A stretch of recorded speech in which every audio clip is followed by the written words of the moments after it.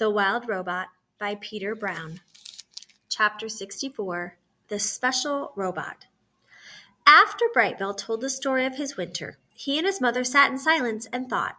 They thought about poor Longneck and the human who had killed him.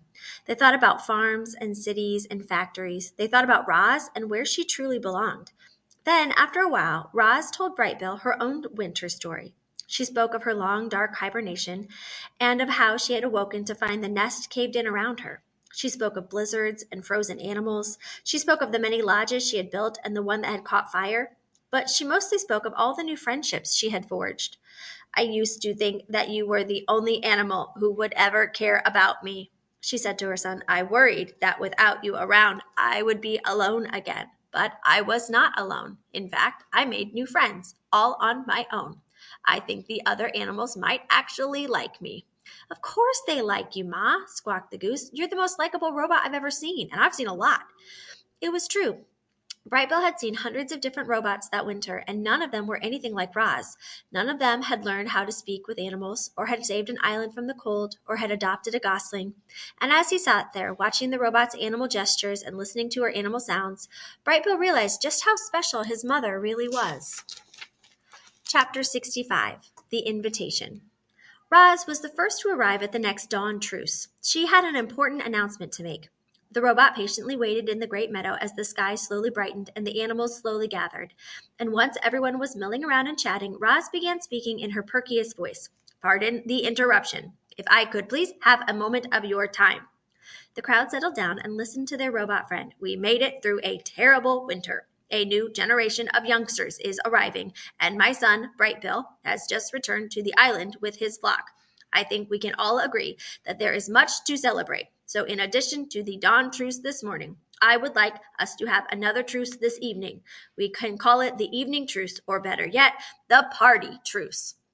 The crowd began chattering with excitement. I have planned a celebration, Roz continued, and you are all invited. I will take care of everything. Just please meet back here at dusk. Oh, and I have a little surprise. Actually, it is not little, it is quite large. The point is, I have planned a celebration, and I hope to see you all there. Sounds great, Roz, but I'm afraid there's one problem with your plan. Mr. Beaver blinked his beady eyes. The moon won't be out this evening, so it'll be too dark for some of us to see. You are half correct, said Roz. Tonight will be moonless, but it will not be dark. I promise. Now, if you will excuse me, I must prepare for our party. I will see everyone back here at dusk. Goodbye. Chapter 66, The Celebration. Dawn turned to day turned to dusk, and just as Roz had asked, animals were gathering again in the great meadow. Word had spread across the island that the robot was throwing a party, and everyone wanted to see what the fuss was about. The fuss seemed to be about a giant stack of wood. Roz had spent all the day collecting logs and branches and stacking them in a perfect, massive tower. The animals crowded around, trying to imagine its purpose, and then they saw a golden light flickering in the distance. Roz emerged from the dark forest. In her hand was a flaming stick, which she held up like a torch. She was camouflaged in thick mud and clusters of wildflowers, but her camouflage wasn't for hiding. It was her party dress.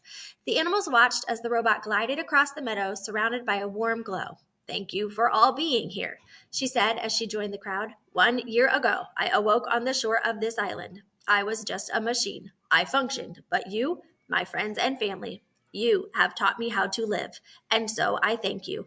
No, thank you, Roz, shouted a voice. You have also taught me to be wild, said the robot, so let us all celebrate life and wildness together.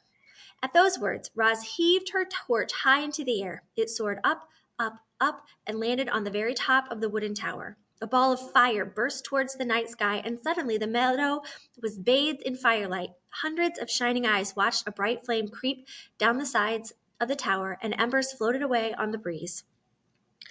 The animals stepped towards the bonfire, eager to feel its warmth, and then stepped back, afraid of feeling too much, and soon everyone was moving. The deer started leaping, the foxes started trotting, the snakes slithered, and the insects buzzed, and the fish jumped up from the river. Brightbill led all the animals into the air, all the birds into the air, where they wheeled around the bonfire like a tornado of feathers. Roz sprang into a wild dance, her shaggy dress shaking and swooshing with every movement. It was a wild party, and it took our robot to make it happen. Roz and the animals partied all night long. They were so busy singing and laughing and dancing that they didn't see the cargo ship as it sliced past the island. But the ship saw them. It saw the towering bonfire. It saw the robot. And then it quietly continued through the darkness.